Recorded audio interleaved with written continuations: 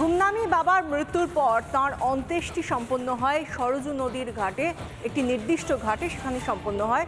সেই ঘাটটির নাম গুপ্তার ঘাট। সেই ঘাট থেকে এবং সেই সমাধিস্থল থেকে আমাদের প্রতিনিধি বিট্টু রায়চৌধুরী তুলে ধরা এক্সক্লুসিভ রিপোর্ট। বরুণ সেনগুপ্তের বোন শুভা দত্ত তার মেজদা রচনায় একটি অংশে লিখছেন, যখন বরুণ সেনগুপ্ত নেতাজির অন্তর্ধান রহস্য রচনা করেছিলেন, যখন বই আকারে সেটা প্রকাশিত হয়, সেই সময় এক সাধু আচমকাই বরুণ সেনগুপ্তের বাড়িতে চলে আসেন এবং সংশ্লিষ্ট বইটির খোঁজ করেন। তারপরেই সংবাদপত্রের শিরোনামে উঠে আসে এক বাবার নাম, যাকে গুমনামি বাবা নামে গোটা দেশ চেনে, গোটা বিদেশ চেনে। এই মুহূর্তে আমি উত্তরপ্রদেশে রয়েছি, ফৈজাবাদে, সরজু নদীর তীরে গুমনামি বাবার সমাধিস্থলে। আমি এখানে এসে যেই ছবিটা দেখতে পাচ্ছি তা অত্যন্ত তাৎপর্যপূর্ণ, কারণ এখানে গুমনামি বাবার একটি ব্যানার এবং সেখানে খুব গুরুত্বপূর্ণভাবে লেখা রয়েছে ভগবানজি গুমনামি বাবা নেতাজি সুভাষচন্দ্র বোস। সঙ্গে তারিখটা উল্লেখ করা রয়েছে।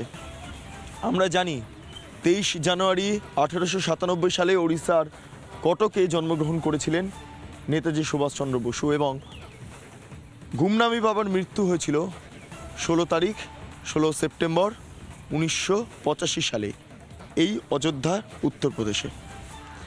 খুবই তাৎপর্যপূর্ণভাবে তিনি যে বাড়িতে থাকতেন, সেই বাড়িতে বেশ কিছু জিনিসপত্র মিলেছিল, যার সঙ্গে নেতাজির একটা সংযোগ রয়েছে।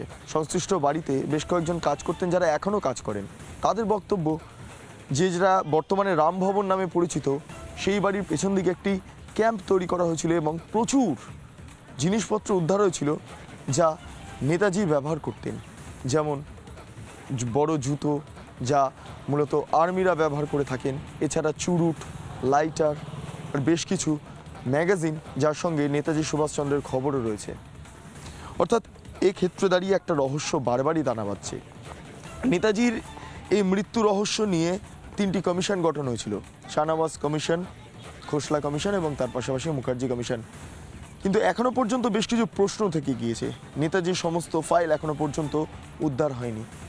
তার মধ্যেই গুমনামি বাবার রহস্য। গুমনামি বাবাকে দাহ করা হয়েছিল, তার অন্ত্যেষ্টিক্রিয়া সম্পন্ন হচ্ছিল। সেই সময় গোটাই সরজু নদীর তীরবর্তী অঞ্চলে প্রচুর মানুষ ভিড় জমিয়েছিলেন এবং একাধিক রহস্য তখন ছিল, কারণ তিনি পর্দার আড়ালে থেকে কথা বলতেন।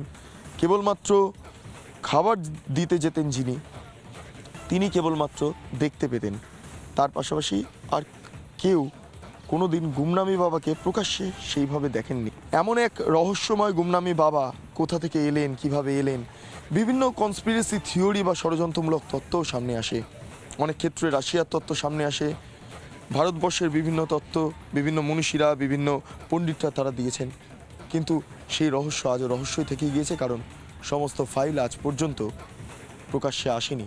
গুমনামি বাবার সঙ্গে নেতাজির আদৌ কোনো সংযোগ ছিল কিনা, এই মুহূর্তে যেই ব্যানারটি দেখা যাচ্ছে তাতে নেতাজি সুভাষচন্দ্রের জন্মদিনের সঙ্গে গুমনামি বাবার মৃত্যুদিন একসঙ্গে মিলে গিয়েছে এবং গুমনামি বাবা ভগবানজি নেতাজি সুভাষচন্দ্র বোস সবটাই লেখা রয়েছে। এরম বড় একজন দেশ স্বাধীন করার লড়াইতে লিপ্ত থাকা এক যোদ্ধার শেষ জীবনে কী ঘটেছিল সেটা আজও রহস্য।